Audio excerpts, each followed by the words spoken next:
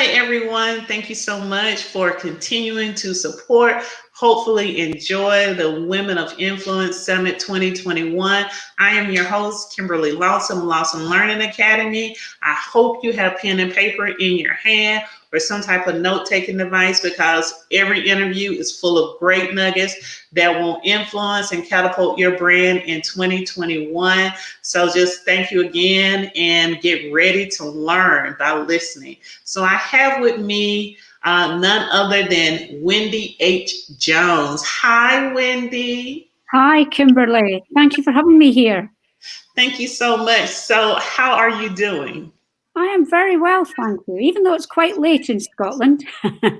I was about to say, the accent is so beautiful. I hope I pick it up. But yes, it is late in Scotland. So thank you so much, for just participating and sharing your wisdom with all of the attendees. It's absolutely my pleasure to be here. So tell everyone, Wendy, a little bit about yourself and your business.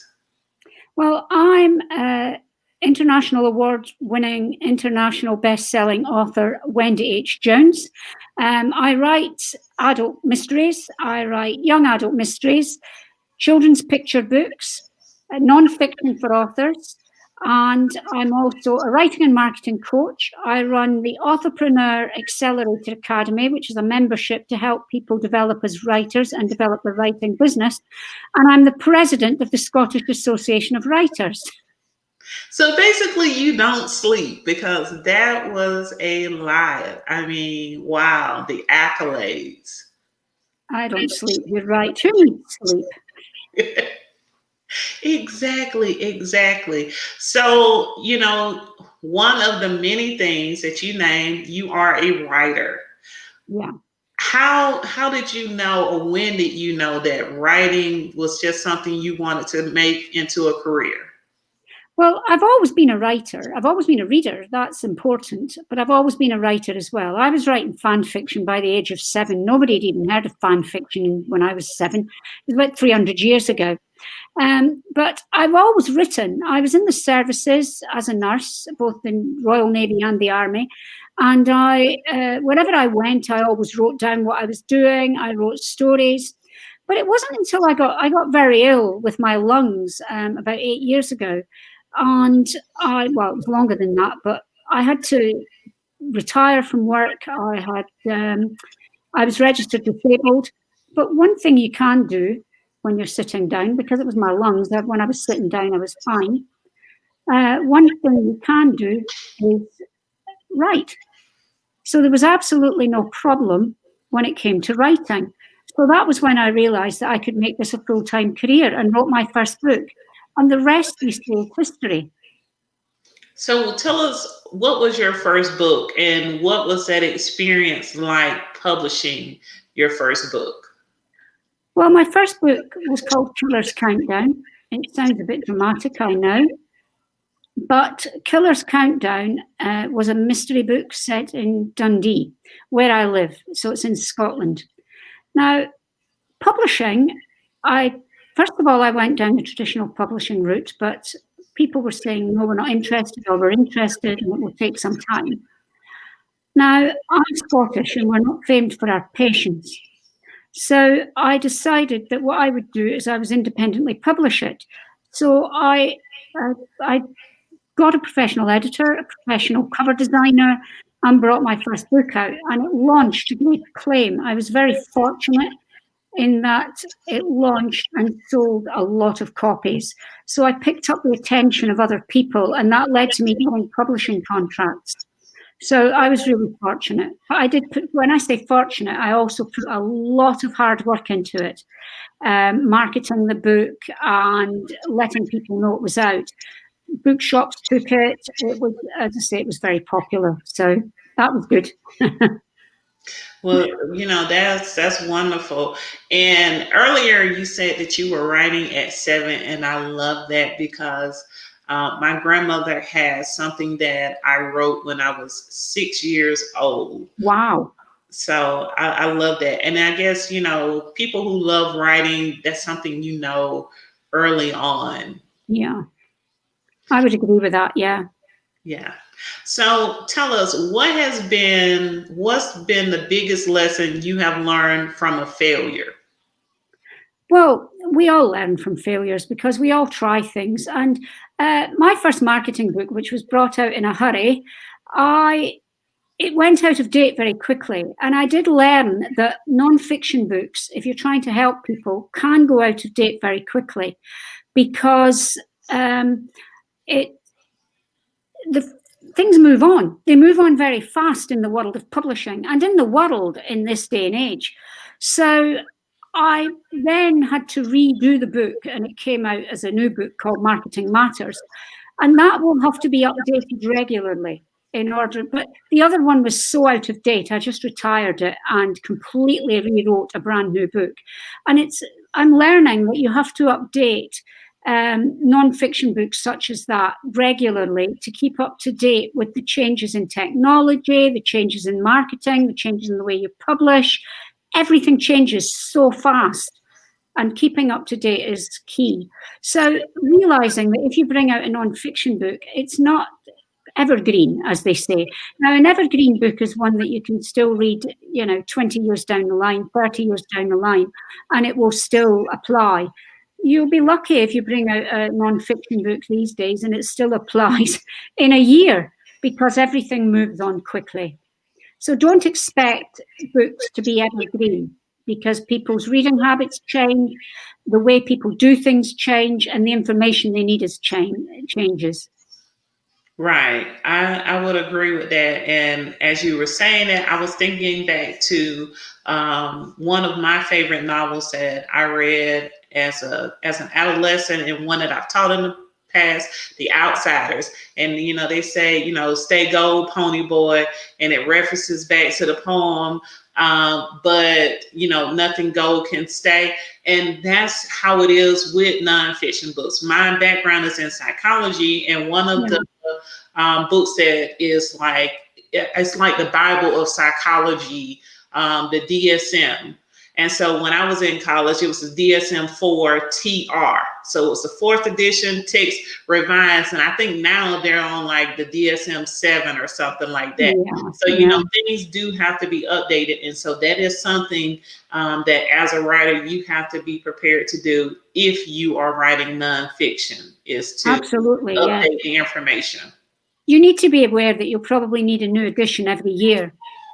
Right. And it's just like our cell phones. Our cell phones are constantly, like with Apple sends probably an update every 2 months. If not more than that. Yeah. Mm-hmm. Yeah. So as someone who maybe is aspiring to be a writer, or someone who has written a book, how do you turn a book or the career of writing into a brand? What would be your advice for being able to not just be a published author, but to turn that into a business? What's one piece of advice? Well, the one piece of advice I would say is you are the brand, not your book. Because what people do is they'll bring out a book and they're all the social medias, the title of the book, everything. No. The author is the brand, yes, not your book. You want people to read your books, and your series can be branded separately. So I have 5 different series. I'm about to have 7 different series, yeah. But they're all branded differently. But the one constant over everything is me, Wendy H. Jones, author. So brand yourself as you are the business. And then if you are the business, it doesn't matter what you write, you are still the brand for that book, even though the book is branded differently. And my other piece of advice, I know you asked for one, but this is key and it can't be changed, is that do everything professionally from the get-go. Do not cut corners, because if you cut corners, you will regret it down the line. You only have one chance to make a good first impression. I totally agree with that. You'll see people who won't get a book professionally edited. They will edit the book themselves. They'll get their niece to do it, their friends' daughters in college to be a teacher, and they'll get, that person to do it. Cutting corners definitely will cost you later. Absolutely. And to take that further, I mean, I'm an author. I get my books professionally edited and I'm an editor, so I edit other people's books. But you cannot edit your own book because you're too close to it. You see what you think should be there, not what is actually there. Yeah. So we all think our work is perfect after we've edited it. It's not. Now, self-editing is extremely important, but getting it professionally edited is even more important. What self-editing does is save you money, because it's going to be a lot better than it would have been if you just sent the first draft to the editor. Yeah. So always get it professionally edited, regardless of who you are. Yes, I agree with that. And you said how your advice, the first piece of advice you gave is that the author is the brand, is the business. And that is key because you always introduce yourself as Wendy H. Jones and not just Wendy Jones, because there is another Wendy Jones, and you don't want, and to make sure that your brand like your client base, your customers identify with you versus the other Wendy Jones. Yes, absolutely. Although I think the other Wendy Jones is fed up getting my emails. I think she's starting to forward them on to me now.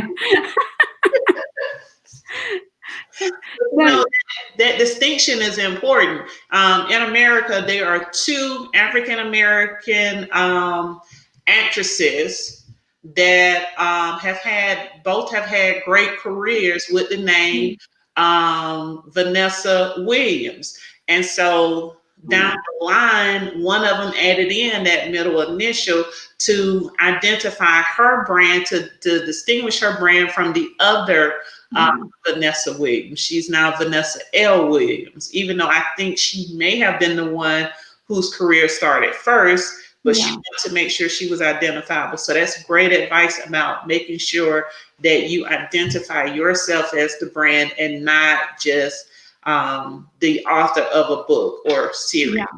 Yeah. So tell us, Wendy, someone who is just right now unsure if they should tell a particular story, how can someone decide if this is a story that should be told or if this is a story that should be kept? Well, it depends what story you're talking about. If you're talking about a novel, any story should be told. If it's your own memoir or biography, or that is a different story altogether, because you've got to bear in mind there are real life people involved in that. I can do anything I like in my books because there's nobody, that can say anything because they're all out of my head. But if I was writing a memoir, then my memoir, it's a totally different kettle of fish, because you have to think about the other people that are involved in that story and what you're saying about them. Now, that can lead to all sorts of lawsuits. You can end up being dragged through the court because people don't like what you're saying about them. And they're entitled to do that because they can say that's not true. And writing a memoir is also, you've got to think about false memories. Very often we think something happened and you'll say to your mother, "Oh, do you remember when X happened?" And she'll go, "That never happened. Where on earth did you get that from?" Because, and I'm not talking about anything horrible. I'm talking about anything, do you remember that day when we went to Morecambe Beach? And she'll go, "I've never been to Morecambe in my life. Where did you get that from?" Because we all have false memories because we think that's what happened. So you need to make sure that it is a story worth telling and that you're not dragging anybody else through the mud in the process. Otherwise, you can end up in bother. Now, even if you don't mention names, there can be an issue in terms of people can recognize who they are. Yeah. So all stories are worth telling and worth writing. It's whether they're worth publishing is the question.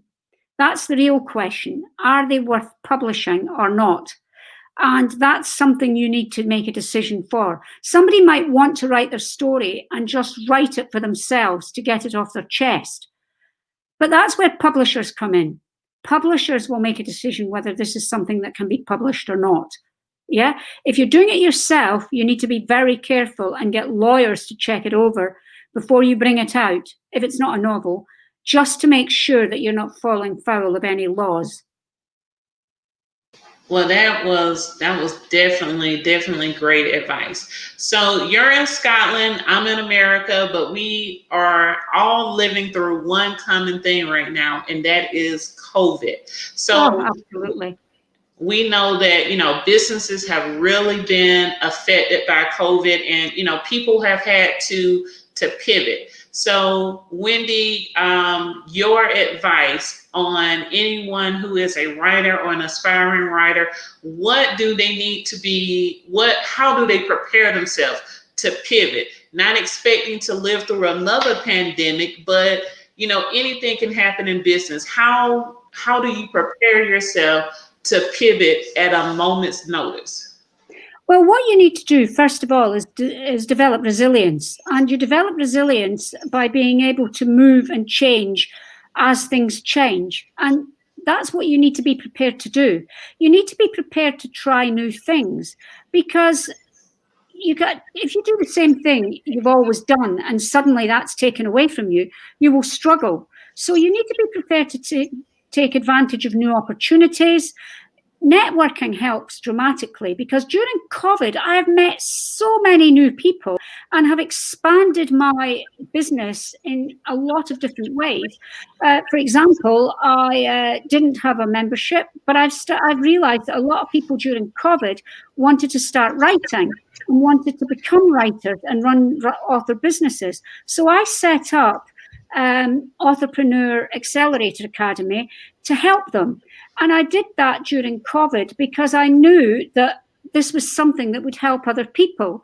And I just I didn't take advantage of it, but I knew that was something that I needed to do to be able to help others realize their dreams. So I moved in a different direction. I added a different string to my bow. And one of the things that can help you pivot is by having multiple streams of income, not relying on one thing. Because if all your eggs are in one basket and that basket gets smashed, you have a big problem. So it's knowing that you have a wide portfolio of experience. Now, everybody has more skills than they will ever imagine. If you sat down and did an audit of your skills, you would find you have a lot more skills to draw on when you need to pivot than you ever thought you had. Everybody has it within them. It's just looking at how you can anchor that and put that anchor down and move in a different direction once you've done it. Yes, I completely agree. So whenever you talk about business, people always talk about brand clarity. Your brand needs to be identifiable. Products and services that you add need to make sense for what your brand is. How does that work, in your opinion, when it comes to being an author? Does it make sense to write books in multiple genres? What is your opinion on brand clarity when it comes to being an author?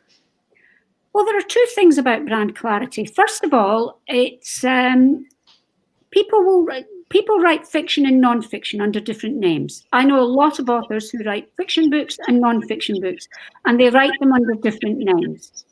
Now, that's very good advice, because people say that it can get mixed up in the Amazon algorithms, it can mix up the also bots. But as I said earlier, my name is my brand. And when I spoke to my publishers and said, look, would you like me to change my name from my young adult and children's books? They went, no, we want your name attached to it, because people see me as the brand. So it doesn't matter what I write, people will buy it. So I get people coming up to me at book signings. They will buy my adult mysteries. They will buy my young adult mysteries, and then they'll go for somebody else, for their grandchildren, or they'll buy the Betty the Buffalo picture books for their grandchildren, and they will buy the non-fiction books because they'll say, oh, my daughter's doing a writing degree at university. So they will buy across the brand. And it's my brand is my name. But I also say, and this makes people laugh, my subtitle is with books that will entertain you from the cradle to the grave. So the cradle is Bertie the Buffalo, and the grave is my serial killer books at the other end. So that makes people laugh. It binds things together. But yes, brand clarity is important.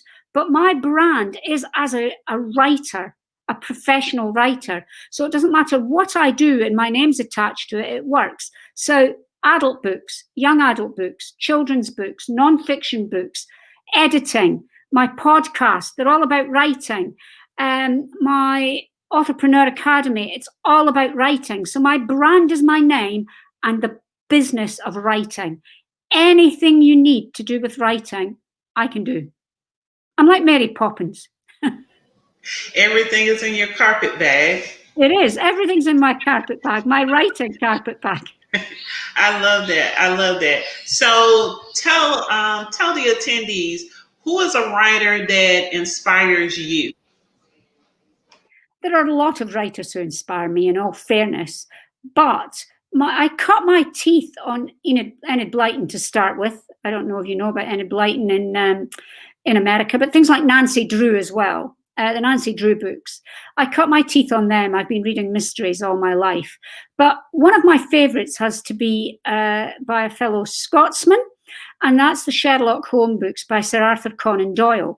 Now, although Sherlock Holmes is set in London, Sir Arthur Conan Doyle was from Edinburgh. And I loved his books, and they were things that got me into adult mysteries. So I want to be like the great Scottish writers throughout history. Sir Walter Scott, right down to the ones now. I mean, J.K. Rowling is Scottish. Ian Rankin, Val McDermid. There are so many brilliant Scottish writers, and I soak them up. I read their books, and I want to be part of this Scottish literary scene. Although I do like American writers as well. I'm rather fond of a Kathy Reich's book. I love American writers. I love writers from all over the world, in all fairness. And I'm just glad that I'm part of the world literary community. And it's so easy to do that now because the world is very small. Even during COVID, the world is small. We're chatting to each other from Dundee, and I've forgotten where you are. Where are you? I am in Atlanta. Atlanta. Dundee and Atlanta. And here we are having a chat in our sitting rooms. The world is small. Yes, completely. So the actor here in America, Will Smith, he did an interview years back, and he talks about how he said yes to a project that he probably should have said no to. He agreed to do the movie The Wild Wild West, and the movie really flopped. It really flopped, and it almost ruined his career, and he talks about that. So tell us, Wendy, what have you had to, you don't necessarily have to tell us what you said no to, but tell us how you know if an opportunity that is presented to you is for you, and how to gracefully say no. Well, I will know if it fits my portfolio and what I would do and who I am. Yeah, I'm very moral. I'm very upright, and I'm not saying that for any other reason than there are certain things, and I was asked to write something, and I had to say that it wasn't for me because it wasn't something that I would write. But I did say, you have to say, I appreciate that it's a very good project. It's just not something that I feel personally I could be involved in. And you'll know in your heart, straight away you'll know in your heart. Now, I will think about it. I'm a Christian, so I will pray about it. And if I don't feel at peace with it, then the bottom line is I don't do it. I like that. You know, it's sort of like you kind of have to just go with what your first instinct is. Yeah. Yeah, absolutely. You'll know in your heart whether it's right or not. Yeah, I tend to, certain things, if it's still bothering me after 24 hours, then there's my answer. Yeah, absolutely. Absolutely. And I have said no to things. I mean, I'm a person who says yes to most things and then worry about the aesthetics of it later. But I'll only do that if it excites me when I'm asked. So if somebody asks me something and it excites me, I'll say yes. You know, if I've got a bit of a feeling of I'm not so sure, I'll say, give me time to think about it. And I know if I'm saying, give me time to think about it, that it's not for me, really. Right, right. You kind of have to go with that. So my last question, Wendy, for you, how do you continue to stay relevant as a writer? How do you continue to compete with all of the new technological advances and things that happen, but stay true to your brand? Well, I'm a geek for a start. So if there's a new technology, I'm using it, whatever it might be. I've been a geek all my life. I'm an early adopter. So any new technology just excites me. But staying true to your brand is very important. But it's making the most of new opportunities. And one of the ways that you can stay relevant is by reading everything you can think of, everything you can think of, and making the most of the new opportunities. I think the biggest mistake that people make is that they're frightened of the new opportunities and the new technologies, and they see them as a threat. If you see them as an opportunity, then you can actually do something about it. If it's a threat, what we do, if you see it as a threat, human nature is, I'm going to either fight it or I'm going to run, or I'm going to cuddle up in a ball and pretend it's not happening. That doesn't help you because the march of time, things will change. So being willing to change and to adopt them early so that you can shape them to the way that you would like them to be to help you the best is the best opportunity that you can take, really. Yes, yes, that is great advice. As a entrepreneur, you really have to get in the mindset that every time an opportunity is presented to you, that you get in the mindset of maximizing that opportunity, because you don't know when the next one will come along. Absolutely, I would agree 100%. And not moving with the changes is just going to leave you behind. And it's so important to be relevant. And I mean, I can be relevant, but still have my same books, but it also means that I can write other books. The one thing I don't do, which a lot of people do, is write to market. So what I mean by that is, so for example, when the sparkly vampires came along, everybody was suddenly writing sparkly vampire books and just churning them out. I don't write to market because, trust me, I could not write any vampire book, never mind a sparkly vampire book. And I can't go with trends like that. I have to write what I think I can write and what I would enjoy writing. But that doesn't mean I can't still be relevant in the midst of that. The one thing I'm not doing is writing about COVID in any way, shape, or form in my books. I'm totally ignoring it. Everybody's sick to death of COVID. They don't want to hear about it in novels. So I'm just ignoring COVID when it comes to writing. Although that does have its own challenges because it's really difficult when you want people to shake hands. It is really hard to do that in a book now because it's so drummed into us that touch is not good. So, but I am. And so, yes, you need to be relevant, but not relevant enough that you'll put people off, is what I'm trying to say. Yes. And, writing about COVID is something that it's a big question mark as far as television shows and things like that. How do the writers continue to put out content like television shows and things that is relatable to people where COVID is not the center of attention, because at some point the world is going to move on. And when it comes to watching reruns and things, it's a question of, are people going to want to rewatch an entire season of a show where everyone is talking about COVID and everyone is talking through a mask? Yeah. It's a real struggle at the moment for writers because, especially as you say, and to be honest, I'm going to give you an example. There's a British television program called Casualty, which would be your A&E, yeah, and it's been going for about 30 years, but it's been off while COVID was on. But somehow or other, they've managed to film 30 episodes because it came back last night. And they did the first episode was completely about the effects of COVID on the staff in Casualty. Now, something dreadful happened, and I can't say what because it's not fair on anybody who's recorded it and hasn't watched it yet in Britain. So, but it was handled very well. But as far as I can gather, they're just moving on to the normal episodes from next week. Yeah, which I think is a good way of doing it. They've taken one episode, just focused on that, and then they're moving away from it. Because nobody wants a whole season of Casualty in the future where it's COVID. People want to get rid of it then.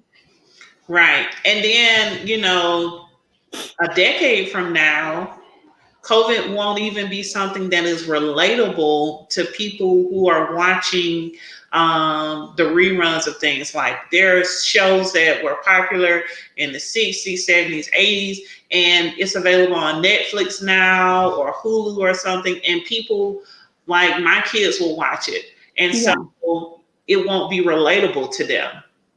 No. So I think it is a tough time for people that are writing for television or acting. It really is hard.